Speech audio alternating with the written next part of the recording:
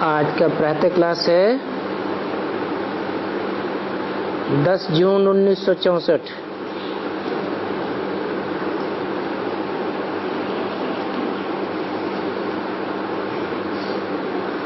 शिव भगवान आज बच्चों को समझाया गया है कि शिव बाबा को अपना शरीर नहीं है,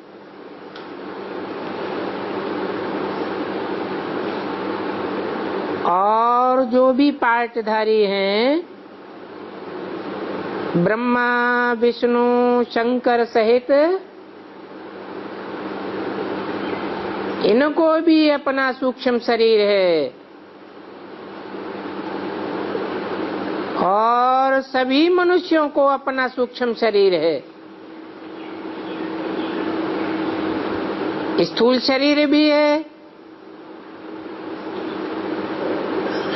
शिव बाबा खुद कहते हैं मैं अशरीरी हूं। वास्तव में जैसे तुम बच्चे अशरीरी थे, फिर शरीर लिया पार्ट बजाने लिए, वैसे मैं भी अशरीरी हूं। परंतु दुर्भाग्यशालियों को सौभाग्यशाली, कौड़ी तुलसी हीरा जैसा बनाने मुझे आना पड़ता है।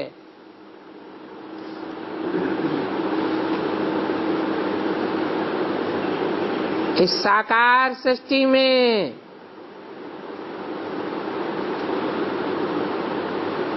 उसमें भी खास इस दरदरी भारत को, जो इस समय संपूर्ण भिखारी बन गए हैं, उनको फिर धनवान बनाते हैं। पहले तो भारत संपूर्ण धनवान था। हीरे जवाहरातों के महल थे। अभी 100% कंगाल हो गया है, क्योंकि प्योरिटी नहीं है। बाप ने समझाया है पहले ये भारत पवित्र था, वाइसलेस डीटी सॉवरेंटी थी, और एक ही धर्म था, दूसरा कोई धर्म नहीं था।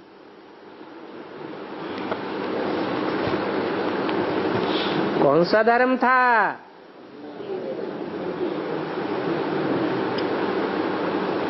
देवी देवता जिसे कहते हैं, वो स्वधर्म में टिके हुए थे। स्वधर्म है ही आत्मा का धर्म।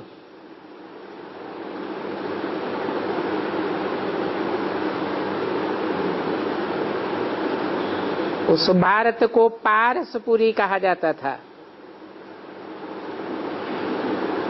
वहां पारसनाथ रहते थे।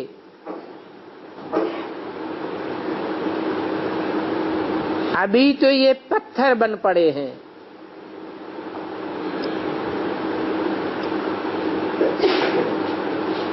बहुत दुखी हैं। सन्यासी कहते हैं अल्पकाल का काग विष्टा समान सुख है, बाकी तो सब दुख ही दुख है। बाप कहते हैं इस भारत को फिर से कल पहले तुम शक्ति दल द्वारा, कौन सा शक्ति दल? ये गुप्त शक्ति दल है, कोई को पता नहीं है सिवाय तुम ब्राह्मणों के। तुम जानते हो हम श्रीमत पर चलते हैं, और ये श्रीमत एक ही बार मिलती है, और ये श्रीमत भगवान वाच एक ही शास्त्र में है। परंतु भगवान कौन है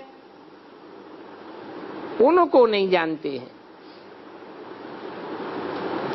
न जानने के कारण आस्तिक से नास्तिक बन पड़े हैं, आर्फंस बन गए हैं। अभी फिर से तुम आस्तिक बन अपना राज्य लेते हो, सदा सौभाग्यशाली बनते हो, फिर सदा दुर्भाग्यशाली भी बन जाते हो। अभी सदा दुर्भाग्यशाली संपूर्ण तमो प्रधान बन गए। ऐसे भी नहीं कहेंगे द्वापर में दुर्भाग्यशाली थे। हाँ, दुर्भाग्यशाली होने की शुरुआत थी और दुर्भाग्यशाली भी सतो प्रधान स्टेज में थे, फिर रजो और तमो हो गए, अभी तमो प्रधान बने पड़े हैं। सिवाय तुम बच्चों के कोई भी बात को जानते नहीं हैं। सुदर्शन चक्रधारी तुम ब्राह्मण हो, उन्होंने देवताओं को सुदर्शन चक्र दे दिया है, परंतु देवताएं सुदर्शन चक्रधारी नहीं होते।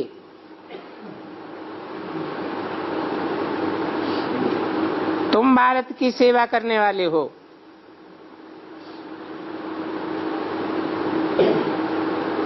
मनन चिंतन मंथन ज्ञान का तुम्हारा चलता है।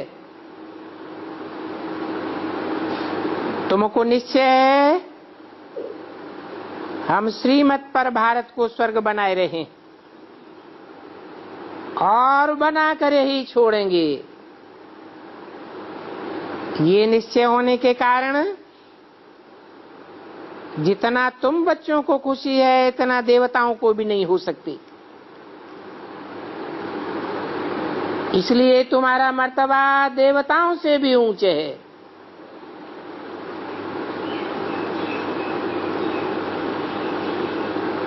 तुम रूहानी बाप की मत पर रूहानी सर्विस करते हो।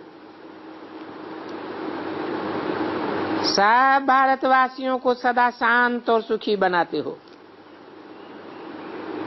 तुम मेहनत करते हो श्रीमत पर सबको पवित्र बनाने के लिए, सुदर्शन चक्रधारी बनाते हो। ये बातें कोई शास्त्रों में नहीं है। सुदर्शन चक्रधारी कोई को कहो तो उनका बुद्धि योग विष्णु की तरफ चला जाएगा। देवी देवताओं की तरफ भी नहीं जाएगा। ये सुदर्शन चक्रधारी चित्र है विष्णु की संपूर्ण स्टेज का, परंतु तुम जानते हो कि वास्तव में विष्णु भी सुदर्शन चक्रधारी नहीं है। सुदर्शन चक्रधारी तुम ब्राह्मण हो।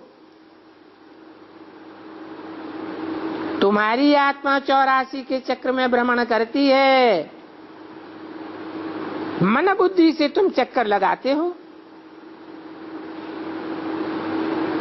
और ये शंख भी तुम्हारे हाथ में है। ये मुख रूपी शंख है बजाने के लिए।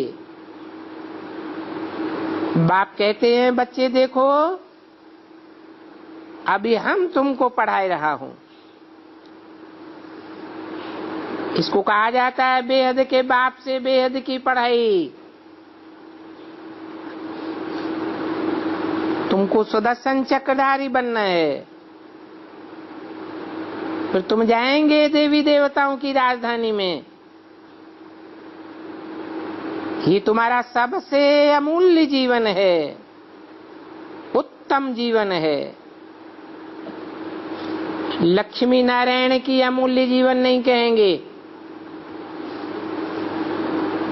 वो तो प्रारब्ध भोगेंगे। तो अभी देखो टाइम कितना थोड़ा है। जानते हो कहां तक ये पुराना शरीर जीता रहेगा? गाया हुआ भी है ब्रह्मा की आयु 100 वर्ष। सूक्ष्म वतनवासी ब्रह्मा के लिए तो नहीं कहेंगे।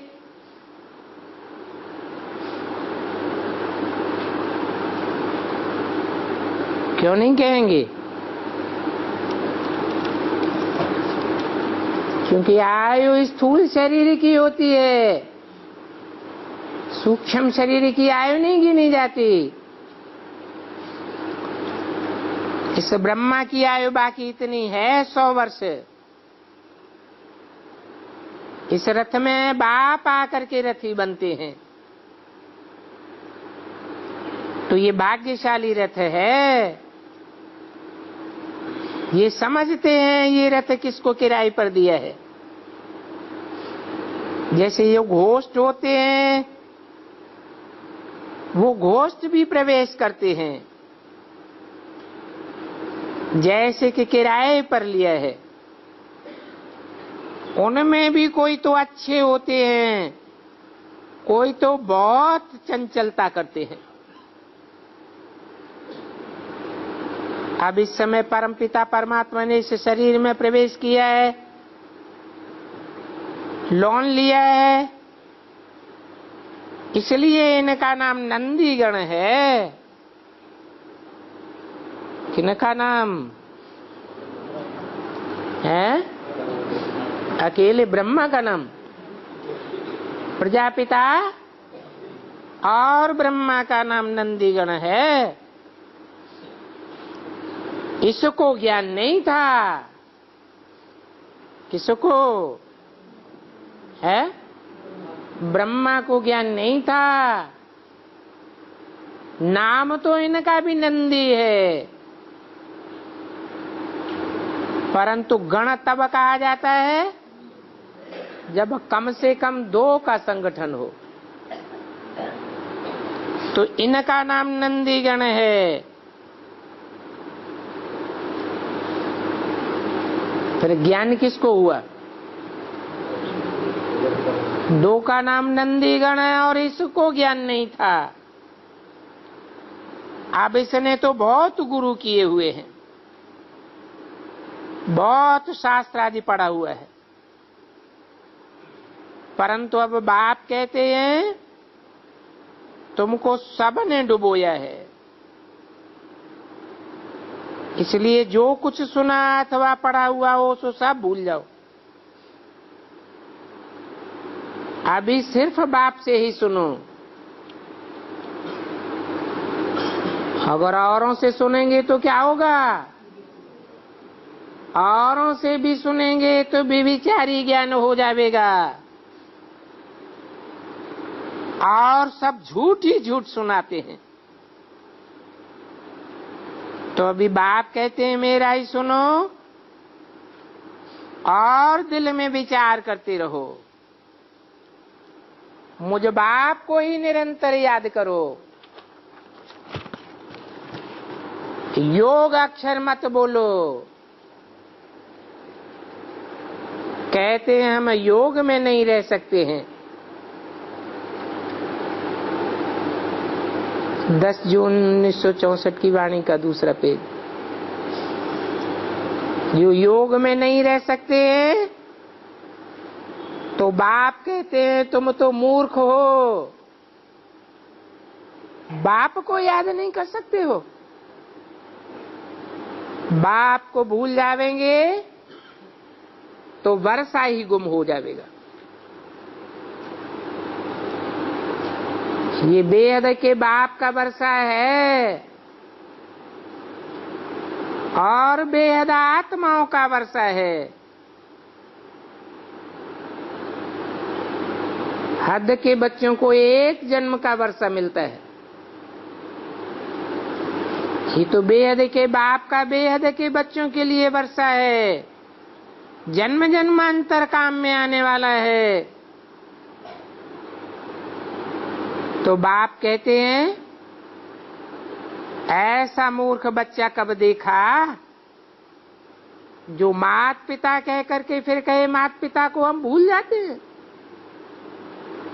तुम जानते हो हम शिव बाबा को मात पिता कहते हैं ना,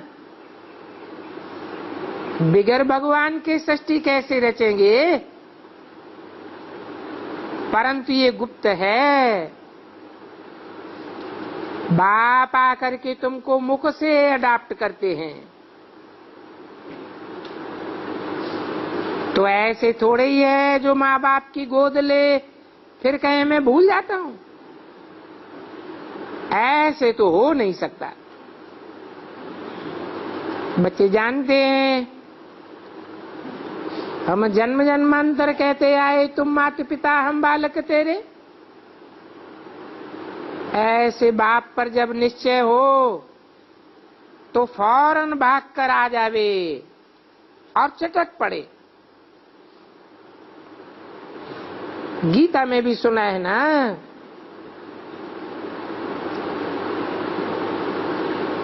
अर्जुन चटक पड़ा। कहते भी हैं दर पर आए हैं हम कसम ले,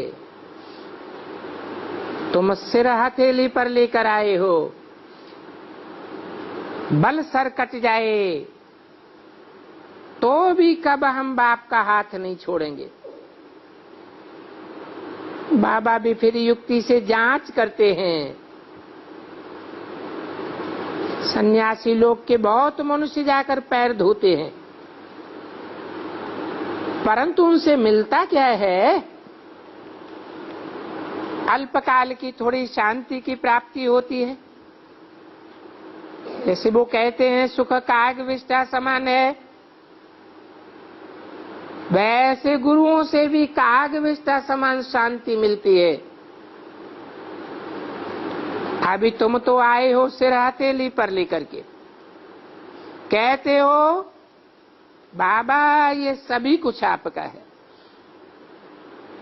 इस कखपन के बदले आप हमको स्वर्ग में सदा सुख शांति देते हो। हमको इस धन आदि से कोई शांति नहीं है,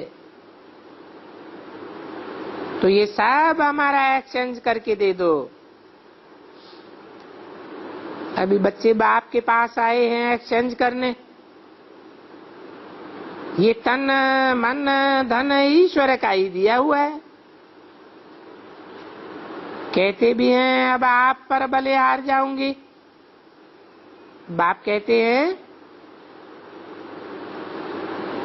मैं फलाना हूं, मैं सारी समाजी हूं, ये सब छोड़ दो। ये सब देह के धर्म हैं। देहधारी धर्म पिताओं के द्वारा स्थापन किए हुए हैं। ये कोई स्वधर्म नहीं है, स्व आत्मा को कहा जाता है। आत्मा कोई हिंदू मुसलमान नहीं होती है। तो इन सब देह के धर्मों को भूल जाओ, नंगे बन जाओ। मैं भी तो नंगा हूं, घड़ी घड़ी आता जाता हूं। लोन लिया है तो सारा दिन इसमें थोड़े ही बैठ जाऊंगा। जैसे देखो बाबा बॉम्बे में गया तो लैंड लेडी को कहा तुम भी बैठे रहो। हम रहते हैं तो बाप कहते हैं तुम आए हुए एक्सचेंज करने, बाबा हम आपके। फिर कोई भी वस्तु में संबंध में ये मेरा है, ये मेरा मेरा कोई में ममत्व नहीं लगाना चाहिए। बाप कहते हैं हम फिर तुमको 21 जन्म के लिए वर्षा दूंगा। तुम जानते हो इन मम्मा बाबा ने पूरा इंश्योरेंस किया है, सब कुछ बाबा का ही है। और ये गीत भी बड़ा अच्छा है, दर पे आए हैं हम कसम ले। तो ये सुन करके फिर प्रैक्टिकल में आते हो। तुम तो कुछ देते हो, हम तो वापस दे देता हूं। बच्चे, तुम ट्रस्टी होकर के रहो, मैं तुम्हारा धन आदि लेकर के क्या करूंगा? ऐसे नहीं। शिव बाबा अपने घर कुछ ले जावेंगे, एक पाई भी नहीं ले जाऊंगा। तुम सरेंडर हो, ट्रस्टी बन जाओ, फिर हर बात की राय बाबा से लेते रहो। धन को अकर्तव्यकारी में लगाने से फिर पाप तुम्हारे ही सर पर चढ़ जाएगा। इसलिए श्रीमत देते रहते हैं, वो ही सबका माता पिता है। कृष्ण की सूल में इस 84 जन्म के पहले ये ज्ञान नहीं था, अभी बाप आया हुआ है। कृष्ण की सोल फिर से ज्ञान से श्री कृष्ण बनती है। तुम्हारा ये बहुत जन्मों के अंत का जन्म है, अब समय बहुत थोड़ा है। श्रीमत पर चलने से तुम श्रेष्ठ बनेंगे। कहते हैं ये स्वर्ग के महल माणियां भी तुम्हारे लिए हैं। शिव बाबा कहते हैं मैं ब्रह्मा द्वारा ये सब तुम बच्चों के लिए बनवाए रहा हूं। ये सब कुछ धुन तुम बच्चों के लिए है। बच्चों को वर्षा दे करके जाते हैं।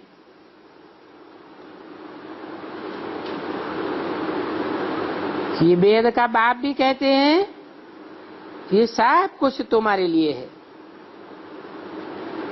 बच्चे तो बहुत बनेंगे। प्रजापिता ब्रह्मा द्वारा ही ब्राह्मण कुल पैदा हुआ था, फिर दैवी कुल, क्षत्रिय कुल, वैश्य कुल। कितना क्लियर करके समझाते हैं। वर्णों में आते हो ना, आत्मा को नॉलेज मिलती है परमपिता परमात्मा से। बाप की ही महिमा है मनुष्य सृष्टि का बीज। वो जड़ भी होता है, उनको भी झाड़ का नॉलेज है, परंतु जड़ होने के कारण वर्णन नहीं कर सकते हैं। मनुष्य जानते हैं ऐसे झाड़ वृद्धि को पाता है। ये फिर है ह्यूमन ट्री, जिसका बीज मैं ऊपर में रहता हूं। इसलिए सभी मुझे याद करते हैं, मैं सबका बाप हूं। ऐसे भी बहुत झाड़ होते हैं, माता पिता न हो तो फल नहीं देते। ये बाप तो है स्वर्ग का रचयिता, तो जरूर उनसे वर्षा मिलना चाहिए। बरोबर अब वर्षा मिल रहा है और कल्प कल्प मिलता रहेगा। ये अनादि अविनाशी ड्रामा है। इस राज को तुम एक्टर्स ही जानते हो, बाकी तो सब तुच्छ बुद्धि एक्टर्स हैं। 10/6/64 की वाणी का 3रा पेज। तुम जानते हो शिव बाबा ब्रह्मा द्वारा अथवा सृष्टि के आदि मध्य अंत का ज्ञान देते हैं। हमारी आत्मा इस सृष्टि के आदि मध्य अंत को जानती है।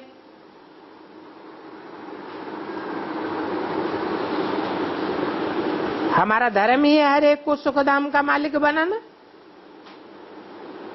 हर एक को सुख देना है। किसको भी कभी भी दुख नहीं देना है। बाप कभी किसको दुख नहीं देता। ये तो झूठे कलंक लगाते हैं जो भक्ति मार्ग में कहते हैं सुख दुख परमात्मा ही देता है। मैं तुम बच्चों को सुखी बनाता हूं। वहां सब आत्माएं स्थायी शांति में रहेंगी। सन्यासी आदि से तो करके अल्पकाल के लिए शांति मिलती है। तुम हो शिवाचार्य की फैमिली, शंकराचार्य की तो कोई फैमिली नहीं होती। जानते हो बाप हमको स्वर्ग का मालिक बनाते हैं तो अब औरों को भी रास्ता बताना है। तुम ईश्वरीय पंडे हो। ये पांडव शक्ति सेना गाई हुई है। सबको बेहद बाप से वर्षा दिलाने का पुरुषार्थ करना है। सदा सुखी सदा शांत बनना है। वो सोशल वर्कर्स जो होते हैं वो तो कुछ अल्पकाल के लिए क्षणभंगुर सुख देते हैं। तुम तो रूहानी वर्कर्स श्रीमत पर चलने वाले हो। हर एक को सुख शांति का रास्ता बताना है।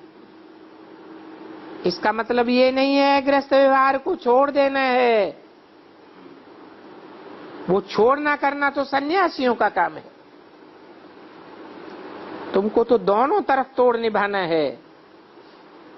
नहीं तो फिर उनको रास्ता कौन बतावेगा। घर में रहते कमल फूल समान पवित्र बनना है और आप समान हंस बनाना है। ये भी कहते हैं हंस और बगुले इकट्ठे रह नहीं सकेंगे। हंस न बने तो कहना चाहिए तुम अलग रहो। वो हो गया पतित और ये हुआ पावन। तो पतित और पावन इकट्ठे थोड़े ही रह सकते हैं। अभी तुम संगम पर बाप के हवाले हुए हो। तुम ब्राह्मण बने हो, इसलिए इस समय तुम न देवता हो न शूद्र हो। तुम ब्राह्मण चोटी हो। ऊंच से ऊंच शिव बाबा है। वो बाप आकर के ब्रह्मा मुख द्वारा बच्चों को अडॉप्ट करते हैं। कदम कदम पर श्रीमत पर चलने से बेड़ा पार हो जाएगा। माया की मत पर चलेंगे तो फिर घाटा पड़ता रहेगा। श्रीमत को छोड़ अपनी मत पर चले तो खाता ही उल्टा हो जाएगा। 12 मास का कागज रखते हैं ना व्यापारी लोग। बाप भी व्यापारी सौदागर जादूगर है और सौदा ऐसा देते हैं हम पाई पाई पैसा पैसा देते हैं। बाबा रिटर्न में स्वर्ग का मालिक बना देते हैं। ये सेकंड में जीवन मुक्ति ये जादू हुआ ना, इसलिए इसको जादू कहते हैं। ये कोई सूरमा नहीं है। कहते हैं ज्ञान अंजन सदगुरु दिया ज्ञान अंधेर विनाश। नॉलेजफुल बाप के बच्चे नॉलेजफुल बनते हैं। अभी तुमको रचयिता और रचना का नॉलेज है, फिर तो नहीं रहेगा। तुम जानते हो ड्रामा में सबसे ऊंचा पार्ट किसका है? साधु संत महात्मा आदि तो कुछ भी नहीं जानते। तुम सबको जानते हो, तो तुमको कितना नशा रहना चाहिए। हम एडॉप्टेड चिल्ड्रंस गॉड फादर के हैं और वो स्वर्ग का रचयिता है। अभी हम स्वर्ग का मालिक बनने का पुरुषार्थ करते हैं। तुम प्रतिज्ञा करते हो हम भारत को अवश्य स्वर्ग बनावेंगे। अंडरग्राउंड गुप्त को कहा जाता है। चोर लोगों को ऐसे होते हैं 2 दिन को बहुत अच्छे अच्छे कपड़े पहनकर घूमते रहेंगे और रात को डाका मारते हैं। तुम तो बिल्कुल ही गुप्त हो। ब्राह्मण ही ब्राह्मणों को जानते हैं। हम भारत की बहुत सेवा करते हैं श्रीमत पर, और ये श्रीमत गाई हुई है। सन्यासियों ने तो वेदों को बहुत मान दे दिया है।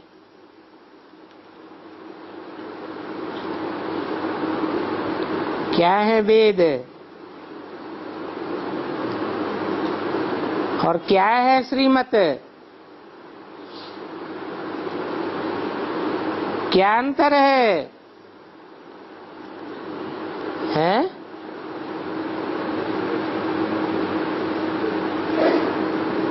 संगम युग में वेद क्या है और संगम युग में श्रीमत क्या है? श्रीमत किसकी है? श्रेष्ठ ते श्रेष्ठ शिव बाबा की श्रीमत है। और वेद किसके मुख से निकले?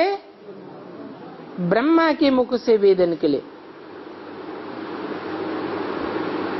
सन्यासी लोग तो ये भी नहीं जानते हैं कि श्रीमत देने वाला भगवान कौन है। उन्होंने तो किसका नाम डाल दिया? कृष्ण का नाम डाल दिया। श्रीमत लेने वाले का नाम डाल दिया। श्रीमत देने वाला तो उससे कृष्ण से भी श्रेष्ठ है। जो कृष्ण को कृष्ण बनाने वाला है, वर्षा देने वाला है। तुम तो भगवान से वर्षा पाते हो, तो तुम तो कृष्ण से भी श्रेष्ठ हो गए। कैसे कैसे श्रेष्ठ हो गए? डायरेक्ट भगवान से हम वर्षा पाते हैं। और कृष्ण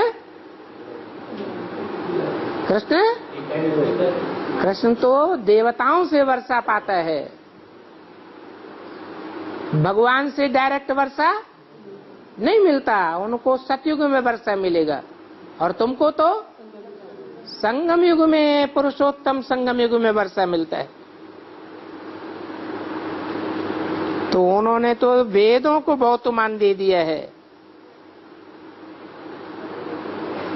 तुम तो किसको मान देते हो? श्रेष्ठ थे श्रेष्ठ कौन है? शिव बाबा है, जिसके मुख से वेद वाणी निकली। वो श्रेष्ठ थे श्रेष्ठ नहीं है। तुम डायरेक्ट भगवान से श्रीमत लेते हो। वो तो समझते हैं कि भगवान के मुख से वेद निकले हैं। तो क्या भगवान के मुख से वेद निकले? हाँ?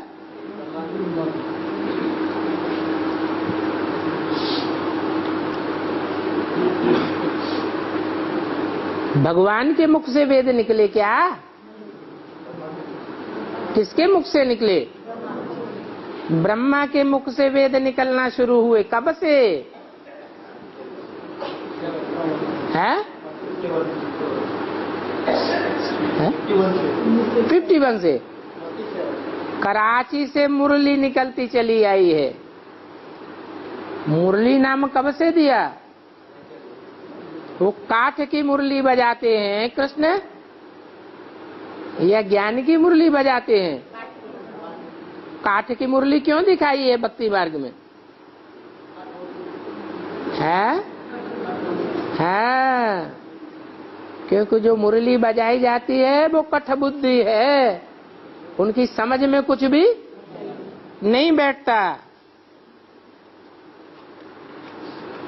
तुमको डायरेक्ट भगवान से मुख से मिलता है। भगवान वाच एक गीता में ही है और कोई शास्त्र में भगवान वाच नहीं है। बस पीछे पीछे और धर्म आए हैं। उन्होंने अपने अपने शास्त्र बनाए हैं।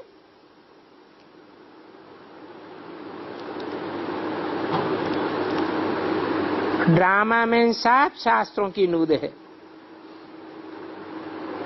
ऐसे नहीं, ये नॉलेज कोई परंपरा चलती रहेगी। बाप बच्चों को अति मीठा बनाते हैं, कहते भी हैं कितना मीठा कितना प्यारा शिव भोला भगवान, झोली ही भर देते हैं। Knowledge is source of income. तुम्हारी जन्म जन्मांतर की इनकम हो जाती है।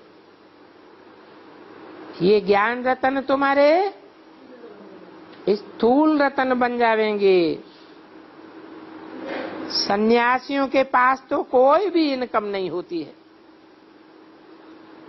अच्छा, बाप दादा मीठी मम्मा का सिकीले बच्चों को नंबरवार पुरुषार्थ अनुसार याद प्यार और गुड मॉर्निंग। ओम शांति।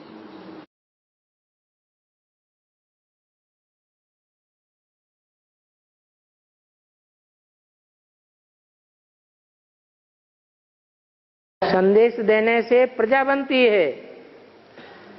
जितनों को संदेश दिया वो हमारी प्रजा बन गई। संदेश देना भी जरूरी है। प्रजा ही नहीं होगी तो राजा कहां से बनेगा? कोर्स देने वाला को प्राप्ति क्या है? वो टीचर हैं। बहुत से कोर्स देने वाले ऐसे हैं जो दूसरों को कोर्स देते हैं, खुद धारणा नहीं करते। तो ऐसे क्या जाकर के बनेंगे? राजा बनेंगे या टीचर बनेंगे? खुद टीचर बन करके रह जाएंगे, राजा नहीं बनेंगे।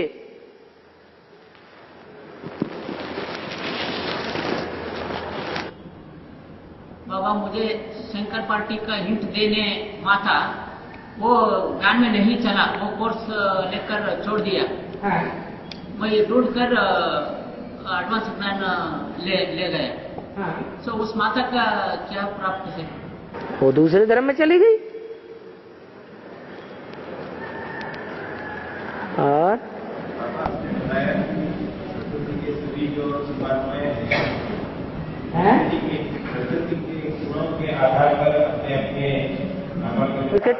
प्रकृति माने स्वभाव। हर आत्मा का अपने अंदर अपना अपना स्वभाव संस्कार भरा हुआ है। 84 जन्मों का पार्ट भरा हुआ है। उस स्वभाव संस्कार के अनुसार हर आत्मा अपना पार्ट बजाने के लिए मजबूर है। इसका जो श्लोक है इसका जो श्लोक है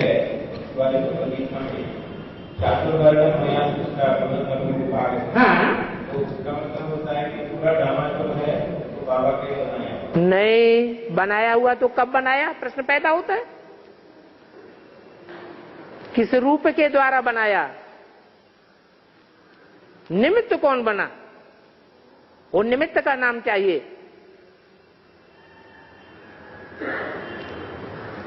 चातुर्वर्ण्यम मया षष्ठ्यम गुण कर्म विभाग से इसका मतलब ये हुआ कि संगम युग में मैंने जो ज्ञान दिया उस ज्ञान के आधार पर 4 वर्णों की रचना स्वतः ही हो जाती है। कहा जाता है मया षष्ठम है। जैसे मैं परम धाम से भेजता नहीं हूं, कहा जाता है कि मैंने धर्म पिताओं को भेजा, परम धाम से नहीं भेजा। यहाँ संगम युग में ही परम धाम स्थापन हो जाता है। यहाँ ही शूटिंग हो जाती है परम धाम से भेजने की। उस शूटिंग के आधार पर जो आत्मा में नूद हो जाता है वो 5000 वर्ष के ब्रॉड ड्रामा में स्वतः ही चलता रहता है। ऐसे नहीं कि सूरदास, तुलसीदास, रैदास और मीरा को कोई शिव बाबा परमधाम में बैठ करके साक्षात्कार कराते हैं। नहीं, ये सिर्फ कहा जाता है समझाने के लिए। वास्तव में परमधाम में बैठ करके साक्षात्कार कराने की बात नहीं है। वहां कोई संकल्प नहीं आता। वो संकल्पों की दुनिया है क्या? वहां तो कोई संकल्प होता ही नहीं है। बात कहां की? संगम युग में ये सब नूद होती है। परमधाम में, साकार परमधाम में जन्म पिता भी आते हैं क्या? आएंगे नहीं, सलामी भरने के लिए नहीं आएंगे। मालूम नहीं। क्यों नहीं आएंगे? वो भी आके संदेश वो भी आकर संदेश लेंगे। दुनिया का विनाश होने वाला है, नई दुनिया बनेगी, लेकिन वो हमें नहीं चाहिए। स्वर्ग के सुख कागविष्टा समान। उस दुनिया में हम जाके क्या करेंगे जिसमें हमें कामेंद्रिय का सुख ही नहीं मिलेगा? उनके अंदर उस तरह का स्वभाव संस्कार है ही नहीं। जैसे नाली का कीड़ा होता है, उस नाली के कीड़े को नाली में से निकाल करके साफ सुथरे स्थान पर धूप में रख दिया जाए तो मरेगा या जिंदा रहेगा? है? खत्म हो जाएगा। ऐसे ही उनकी जिंदगी है। उन्हें वो नाली की जिंदगी ही अच्छी लगती है, जन्म जन्मांतर की। उसके अलावा कोई दूसरी सुख की दुनिया नहीं चाहते। और रोज क्लास के बाहर वो 70 का पॉइंट जो है वो पढ़ने का नियम बना है, लेकिन बताने का नियम बना है। ये द्वापर के भक्ति वर्तमान में वो भक्तों को कैसा प्रकट करते हैं, इसका वे यूनिट का एक्सपीरियंस रहेगा। क्लास के बाद यहाँ खंड के बाद बोलेंगे ना, रटा रटा के बोलते हैं, जैसे भक्ति मार्ग। रटा रटा के तो इनके लिए बोलते हैं जो भाषा नहीं जानते। कम से कम कुछ तो सीखें। छोटा बच्चा होता है, भाषा नहीं जानता है, तो लो लो लो लो लो लो लो करके बोलता है। वो छोटे बच्चों को छोटे रूप में समझाया जाता है, सिखाया जाता है। थोड़े बड़े हो जाएंगे, थोड़ी आवाज निकलेगी दुनिया में कि भगवान आया हुआ है, भगवान हम सबका बाप है, वो हमारी सबकी माता भी है। हमारे माता पिता की जो भाषा है वो सारी दुनिया सीखने के लिए मजबूर हो जाएगी। तब सबका लगाव और झुकाव जो है वो हिंदी भाषा की तरफ हो जाएगा। अभी तो मजे से रोटी दाल खाने को मिल रही है तो कोई ध्यान नहीं देता। आगे आने वाली दुनिया में हिंदी का ही प्रभाव बढ़ेगा। जो भगवान की भाषा है उसी भाषा का प्रभाव बढ़ेगा। अभी अंग्रेजी का प्रभाव है। दुनिया में विदेशी सभ्यता का ज्यादा प्रभाव है, भारतवासियों में भी विदेशी सभ्यता का ज्यादा प्रभाव है या भारतीय सभ्यता का ज्यादा प्रभाव है? अंग्रेजों का ज्यादा प्रभाव है, अंग्रेजी भाषा का ज्यादा प्रभाव है। जब भगवान बाप प्रत्यक्ष हो जाएगा तो भगवान के जो सिखाई हुई बातें हैं, जो सिखाई हुई भाषा है, उसका प्रभाव बढ़ेगा। और बाबा ये शकुन मोहन है ना, और बिल्ली अपोजिट में आने तो काम नहीं होता इस तरह। शकुन जैसे रास्ता में जाते समय बिल्ली बीच में आएंगे ना, वो जो जाने जा रही है वो काम नहीं होते कि कहावत है। हाँ, इसका मतलब यही है, माया बिल्ली है। हमारे ब्राह्मण परिवार में भी कोई माया बिल्ली थी, वो दीवाल बन के सामने आ गई, तो हमारा काम सफल हो रहा है अभी? है? नहीं हो रहा है। ये यहाँ की बातें वहां उठा ली है भक्ति मार्ग में। उस बिल्ली की बात बता दी जो सारा दूध पी जाती है। ये माया बिल्ली जो ब्राह्मण परिवार में बैठी हुई थी, साकार में उसमें भी ये शिफ्ट थी। एक मुरली एक बार सुन ली तो ज्यों की त्यों सारी मुरली 4 पेज ज्यों की त्यों सुना देती थी, सारा दूध पी जाती थी।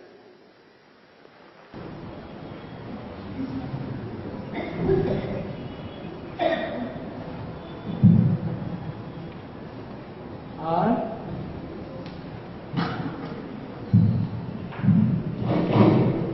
बाबा सत्ययुग में लक्ष्मी नारायण कितने साल एक राज्यभार करता है? कितने साल? 8 नारायण होते हैं, लेकिन उनकी सतयुग की एज जो है एवरेज एज बताई गई है, निश्चित एज नहीं बताई गई। एवरेज एज बताई गई है 150 साल। इसका मतलब ये है कि आज में भी 150 साल होगी और अंतिम जो नारायण होगा उसकी भी एज 150 साल होगी, ऐसे नहीं। आज में ज्यादा होगी और अंत में 125 साल रह जाएगी। त्रेता के आदि में जो राम राजा बनेगा उसकी आयु 125 वर्ष हो जाएगी। और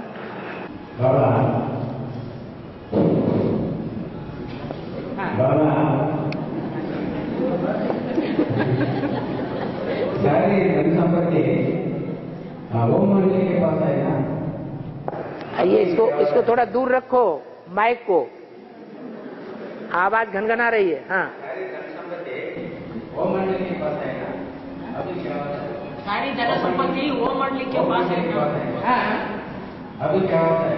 अभी भी जो ब्रह्मा वाली आत्मा है, जो विष्णु का पार्ट, वैष्णवी देवी का पार्ट बजाने वाली आत्मा है, जो शंकर वाली आत्मा है, उनके पास प्रैक्टिकल जीवन की जो कमाई अथवा वाचा की जो कमाई अथवा मनसा की जो कमाई है, वो उनके पास जितनी ज्यादा है उतनी दुनिया में और किसी के पास नहीं है।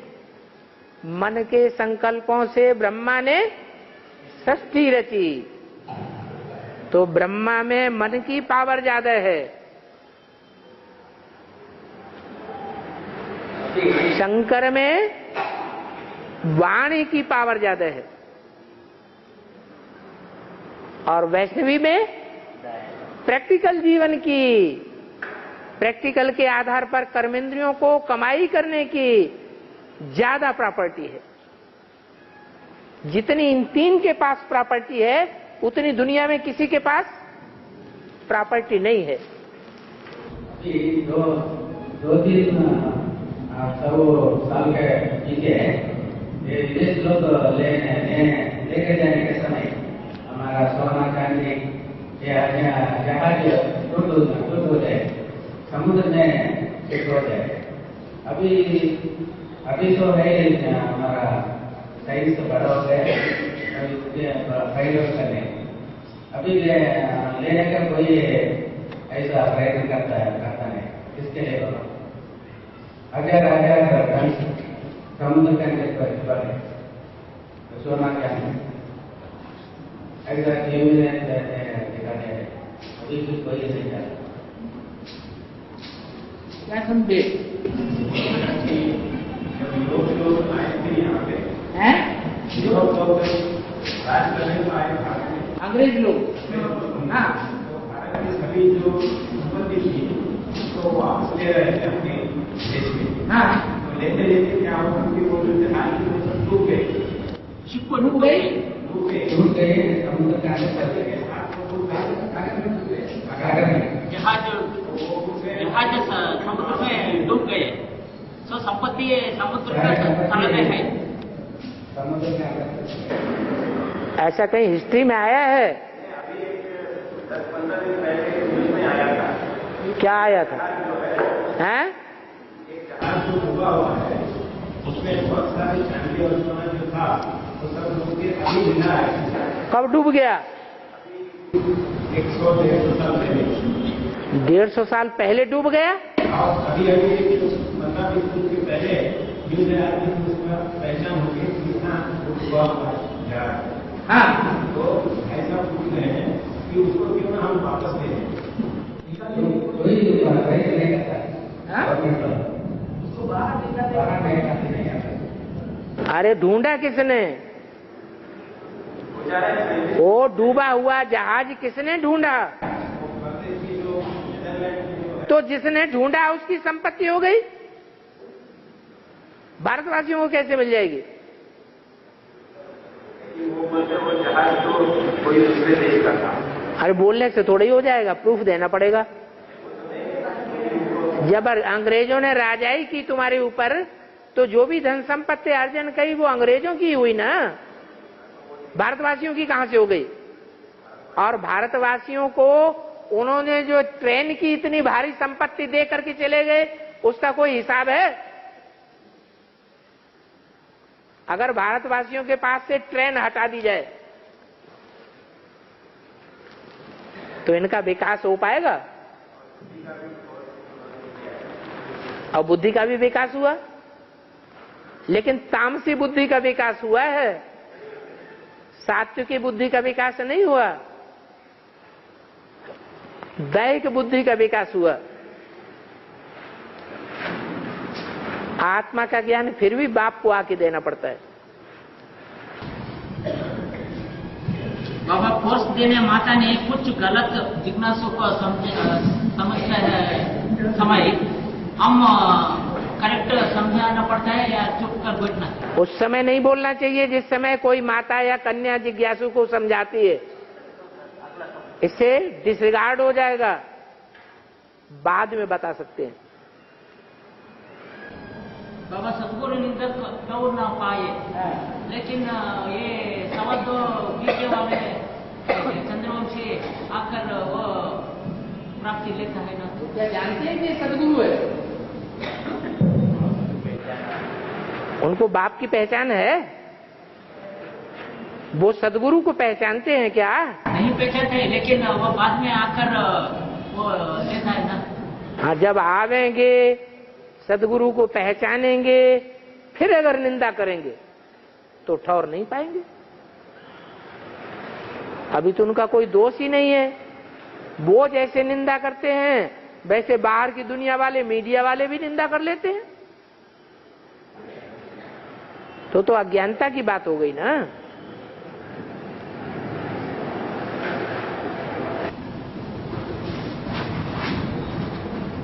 बाबा बाप के साथ अंत तक कितने बच्चे साथ होते हैं?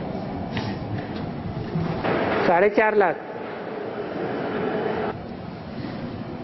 बाबा आधार मूर्त एक बार होता है या दोबारा भी आधार मूर्त होता है? क्यों? द्वापर कलयुग में आधार मूर्त आत्माएं इमर्ज नहीं होंगी, उनमें धर्म पिताएं प्रवेश नहीं करेंगे, आधार नहीं लेंगे। एक बार होने तो और दूसरा बार भी आधार होता है? दूसरी बार नहीं, बार बार आधार बनते हैं। 33 करोड़ देवताओं में टाइम टू टाइम 500-700 करोड़ आत्माएं प्रवेश करके आधार लेती ही रहती हैं। 1-2 बार की बात नहीं है।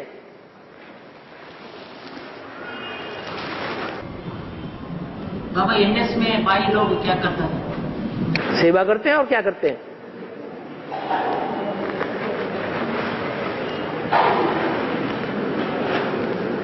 और बाबा ब्रह्मा बाप को साक्षात्कार हुआ, लेकिन शिव बाप का प्रवेशता नहीं हो गया, इसलिए उनका साक्षात्कार का अर्थ नहीं समझा। लेकिन 1966 में घोषणा वाक्य आने का समय शिव बाप का प्रवेशता थी, तो भी ब्रह्मा बाबा को उसका अर्थ क्यों नहीं समझा? बच्चा बुद्धि है ना, इसलिए समझ में नहीं आया। सालिम बुद्धि होता है, उनको जल्दी समझ में आता है। बाबा बीके वाले एडवांस प्लान लेने वाले बाद में पूछते हैं कि एडवांस में भगवान पेपर मुरली को देखकर क्यों पढ़ते हैं? वो भगवान नहीं देखकर डायरेक्ट में बोलना पड़ता, वो इस तरह पूछता है। उनसे पूछो, अगर वो मुरली को ही देख करके पढ़ते हैं भगवान, तो सारी मुरली तो ब्रह्मा बाबा की ही हुई ना, फिर नई बातें कहां से आ जाएंगी? भगवान नई नई बातें सुनाता है या पुरानी मुरली की ही बातें सुनाता है? लेकिन वो क्या कहते हैं? वो कहते हैं भगवान जो है एडवांस पार्टी में तुम कहते जो आया हुआ है वो हमारी ही मुरली को सुनाता है। अरे भगवान अगर शास्त्र ही पढ़ करके सुनाता है तो शास्त्रों का सार नहीं बताता। जब सार बताता है तो नई बातें निकलती हैं। नई बात भगवान आकर के बताता है और पुरानी पुरानी बातें मनुष्य गुरु पढ़ करके सुनाते हैं। ब्रह्मा की सोल मनुष्य गुरु है जो मुरली पढ़ने वाली है। शिव बाबा की सोल मुरली पढ़ने वाली नहीं है, मुरली पढ़ करके नहीं सुनाती है।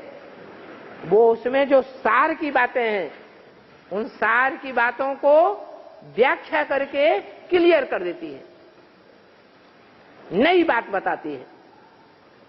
भगवान का काम ही है नित्य नया ज्ञान सुनाना। मनुष्यों का काम है पुरानी शास्त्रों की बातें सुनाना। तो ब्रह्मा की सोल मनुष्य है, वो मनुष्य आत्मा मुरली पढ़ करके सुनाती है, शास्त्र पढ़ के सुनाती है। ये शास्त्रों को पढ़ करके सुनाने की शूटिंग हो रही है।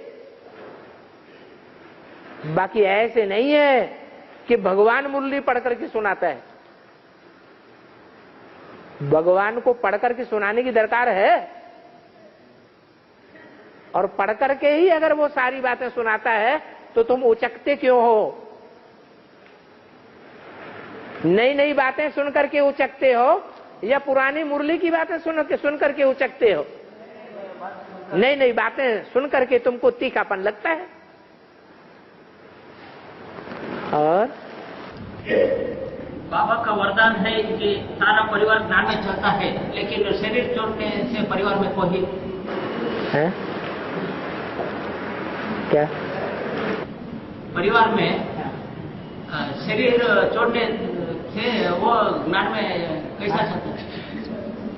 परिवार में अगर कोई ज्ञान में चल रहा है और कारण अकारण शरीर छोड़ देता है तो दोबारा ज्ञान में ही आएगा, क्योंकि ईश्वरीय ज्ञान के संस्कार कभी खलास नहीं होते हैं, वो अगले जन्म में ऐड हो जाते हैं। तो ज्ञान लेने का सही, लेकिन सारा परिवार का वरदान है ना, सारा परिवार ज्ञान में आता है, आएगा तो वो शरीर छोड़ने से आता है, अगले जन्म में आएगा। और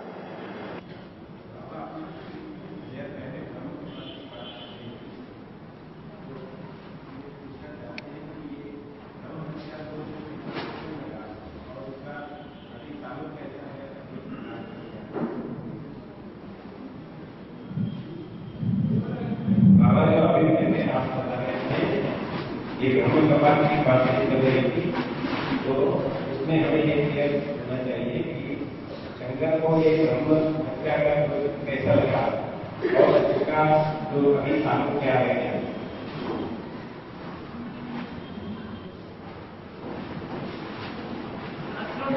शंकर को कपाल में भी मानना पड़ा, तो वो क्यों पड़ा? इसलिए कि वो ब्रह्म का एक सर काट दिया। शंकर ने ब्रह्मा का एक सर काट दिया, इसलिए उसको ब्रह्म हत्या दोष लगा और वो कपाल में भी मानना पड़ा। तो उसका ज्ञान शिक्षा चालू से लिए ब्रह्म हत्या का दोष लगा का मतलब जो ब्राह्मणों का धर्म कर्म है उस धर्म कर्म को काट दिया। यज्ञ के आदि में शंकर वाली आत्मा को पूरा ज्ञान समझ में आया या नहीं आया? है? नहीं आया। जब नहीं आया तो काट दिया, ये ब्रह्म हत्या हो गई। आत्महत्या भी ब्रह्म हत्या है। पहला ब्राह्मण कौन है?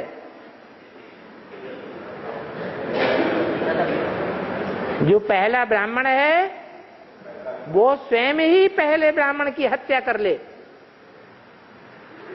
तो दोष लग गया। और बाबा 2007 में संजय सिंह ने बोला कि दादी गर्भ में है, प्रकाशवाणी दादी गर्भ में है, इसका अर्थ क्या है? गर्भ में है जैसे कृष्ण की आत्मा पीपल के पत्ते में गर्भ में है। पीपल को ब्रह्म कहा जाता है, माने कोई ब्राह्मण बच्चे में है। ऐसे ही दादी की आत्मा भी इस्लामी कुल में कार्य कर रही होगी या कोई दूसरे धर्म में कार्य कर रही होगी, इस्लामी कुल के बीच में होगी। तो जिसमें प्रवेश करके कार्य कर रही है वो उसका गर्भ हो गया, उसको कहेंगे ज्ञान गर्भ। स्थूल गर्भ से जन्म लेने की बात नहीं है। और बाबा कलंकी दर्द का पात्र 76 से शुरू हुआ है और एंड कब होता है? तमो प्रधान से सतो प्रधान बनने में कितना टाइम लगता है? तो 40 वर्ष कम से कम लगना चाहिए कि नहीं कलंक को खत्म होने में। कृष्ण काला है तो उसको कलंक भी लगते हैं, कृष्ण गोरा है तो उसको कलंक क्यों लगेंगे? ऐसे मुरली में क्यों बोला? माने कृष्ण की आत्मा जब तक काली है, संगमयुगी कृष्ण की आत्मा, तब तक ही उसको कलंक लगेंगे। गोरी बन जाएगी फिर कलंक की बात ही खत्म हो जाती है। तो 40 वर्ष का टाइम नुधा हुआ है। 76 से लेकर 77 में संपूर्णता वर्ष, तो 77 और 2017 ये टाइम 40 वर्ष का पूरा हो जाता है। फिर कलंक की बात खत्म हो जाती है। जो देखे जो सुने उसके मुंह से क्या निकले? बाप आ गया।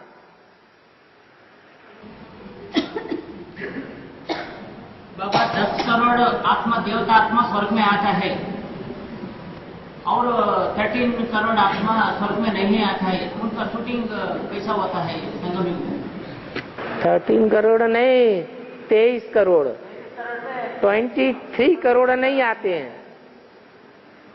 उसका मतलब ये है कि जब हम त्रेता युगी सीढ़ी चढ़ेंगे तो हमारा डिस्चार्ज होना बंद हो जाएगा। जो शक्ति क्षीण होती है, अधोगामी हो जाती है, वो बंद हो जाएगी। तो कितनों की बंद हो जाएगी?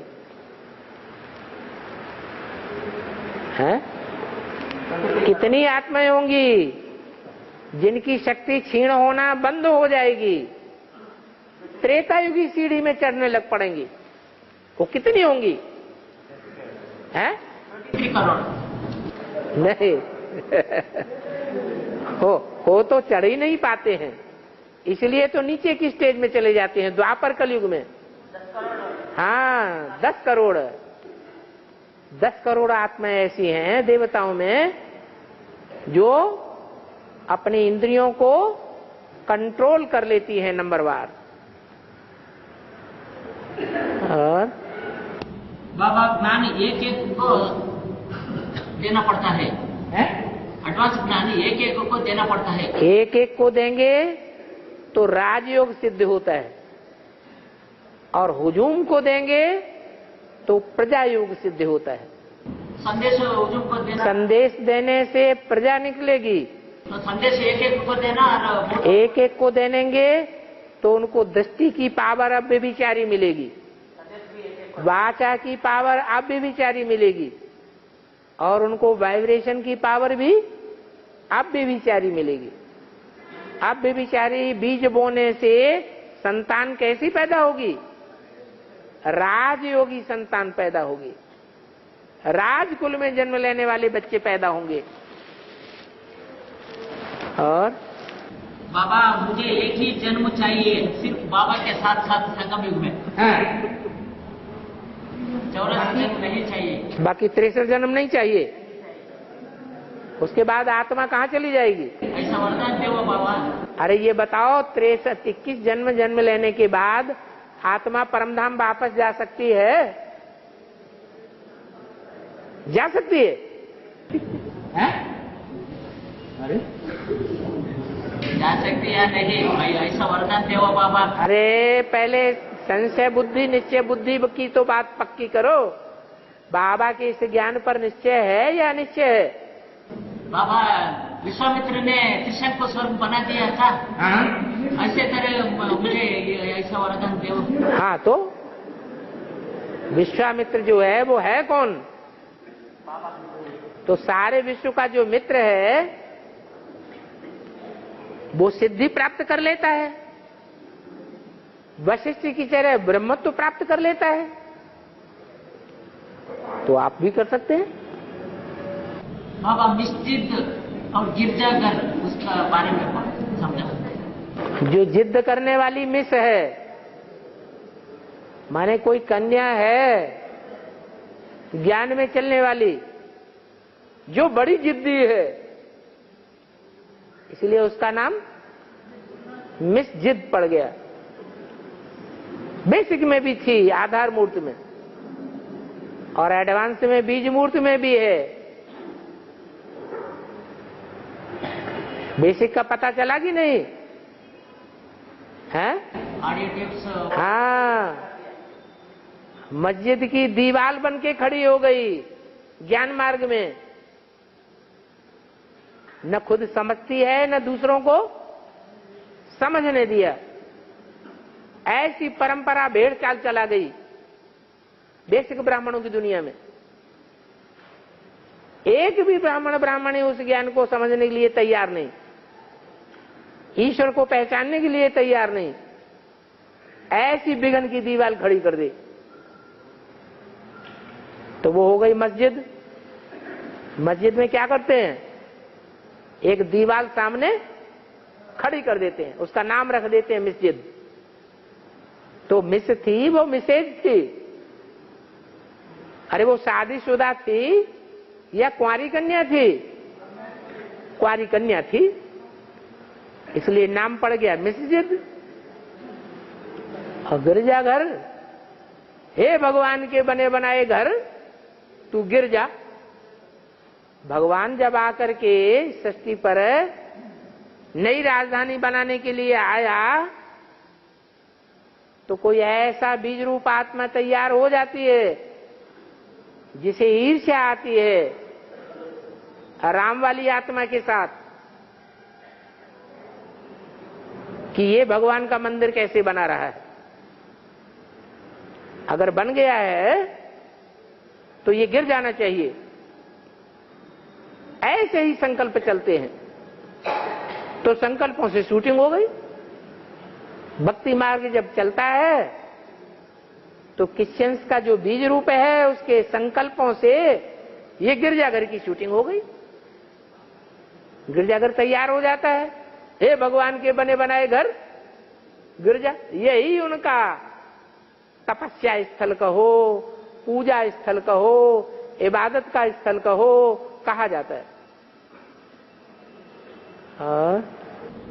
बाबा लौकिक गवर्नमेंट बाबा को सेठ धन को ही देने लेता है।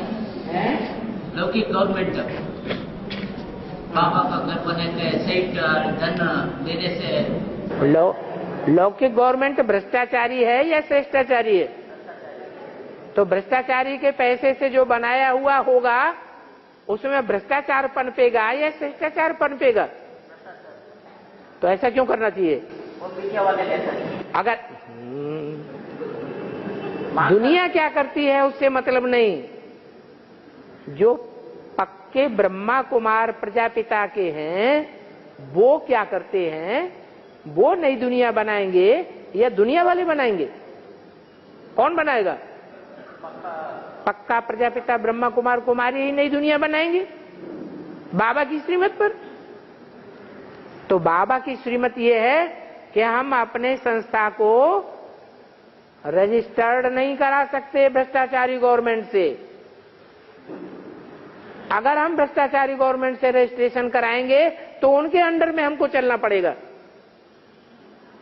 उनके तौर तरीके से हम ईश्वरीय संपत्ति को खर्च कर सकेंगे, नहीं तो नहीं कर सकेंगे। उनके तरीके से हमें ईश्वरीय संपत्ति लेनी पड़ेगी, नहीं तो नहीं ले सकते। वो प्रजा के ऊपर प्रजा का तंत्र है। वो कहेंगे जब संस्था तुम्हारी सर्वसामान्य संस्था है तो सबसे दान लो। अगर हम सबसे दान लेंगे तो स्वर्ग की दुनिया स्थापन होगी? नहीं होगी। हमें दान भी ऐसों से लेना है जो पवित्रता की प्रतिज्ञा करें, तब पवित्र दुनिया स्थापन होगी। ओम शांति।